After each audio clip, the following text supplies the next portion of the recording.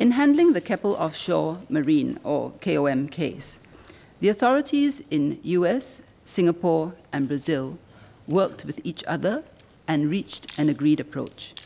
There was no three-nation plea bargain agreement, as Ms. Lim puts it. What happened was that each jurisdiction acted under its own domestic laws, but in coordination with the other two jurisdictions. In the US, the Department of Justice, or the DOJ, entered into a deferred prosecution agreement, the DPA, with KOM. This is an agreement under US law between KOM and the DOJ. Under the DPA, KOM has to pay a penalty of US $422 million. The amount was determined in accordance with US sentencing guidelines. The DPA, which has been published, sets out how the amount was arrived at. Among other things, KOM was given maximum credit for its full cooperation with investigations. Out of the US $422 million, 50% would be paid to Brazil, 25% to the US, and 12.5% to Singapore. The last 12.5% is payable to Singapore, but subject to any further penalties the Brazilian authorities may impose. In Brazil, the Federal Public Ministry entered into a leniency agreement on similar terms to the US DPA.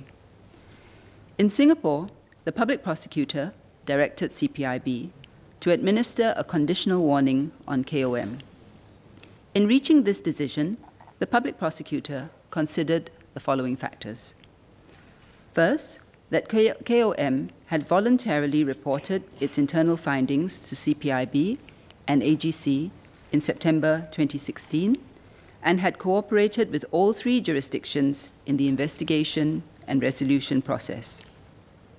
That KOM had also indicated it would voluntarily agree to the US DPA and the Brazilian leniency agreement, and that the key elements of this case, in particular, the recipients of the bribes and the projects connected with the bribes, occurred outside Singapore, and the jurisdictions concerned are also acting against KOM in coordination with Singapore.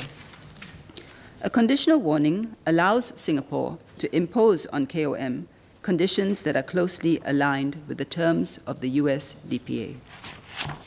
If any of the conditions are breached, KOM can be prosecuted. The aligned approach results in a robust resolution to KOM's case.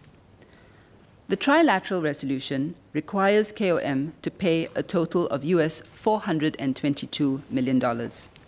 If KOM fails to pay the penalty, there will be consequences under the US, Singapore, and Brazilian law.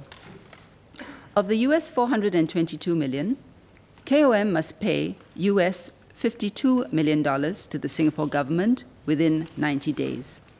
Another sum of up to US $52 million must be paid to the Singapore government within 3 years from the date of the conditional warning, after taking into account any further sums to be paid by KOM to Brazilian authorities.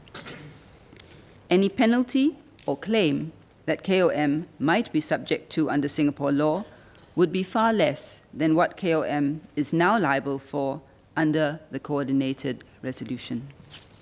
Furthermore, KOM is also required under the US DPA to strengthen its internal controls and compliance and anti-corruption programs. The current resolution therefore achieves more than what we would have been able to do if we had proceeded against the company solely under the PCA.